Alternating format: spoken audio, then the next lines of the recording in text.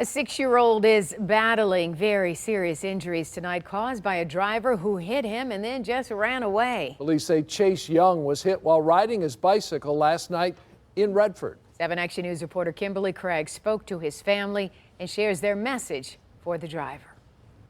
Little Chase Young loved riding his bicycle, and not long after he told his grandmother that he was going to go to a friend's house, he was hit by a car at the end of the block here. Whoever these people is, they need to turn themselves in.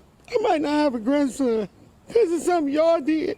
Redford police are trying to locate the 2 men who ran from a blue Impala after hitting 6-year-old Chase Young, who had been riding his bike.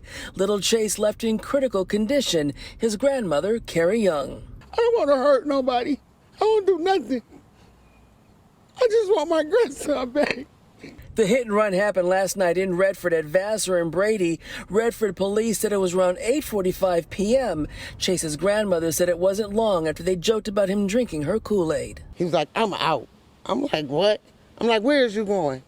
He said, I'm about to go back down to my friend's house, Grandma. We was playing the game. I said, okay, be back here at 8 o'clock, Chase. This is heartbreaking. It is. It's heartbreaking to see this kid out here every day and think, I hope he never gets hit. Gage Lacrosse lives nearby, and he said he tried to encourage Chase and his buddies to stay out of the street. But sadly, one woman says Chase was often riding in the middle of the street. His grandmother says he loved that bike. The way he got his bike, he was riding up and down, walking up and down everybody's house. And he was taking everybody's bikes out their yard and just ride it while they was gone. My oldest daughter's boyfriend got wind that he was doing this and bought him a bike. So he wouldn't take nobody else's.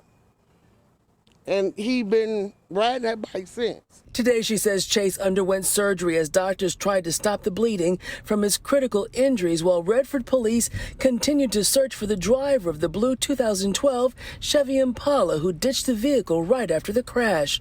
Police are also asking people in the area to check their surveillance cameras in hopes of identifying the driver or his passenger. Both guys jumped out the car and ran.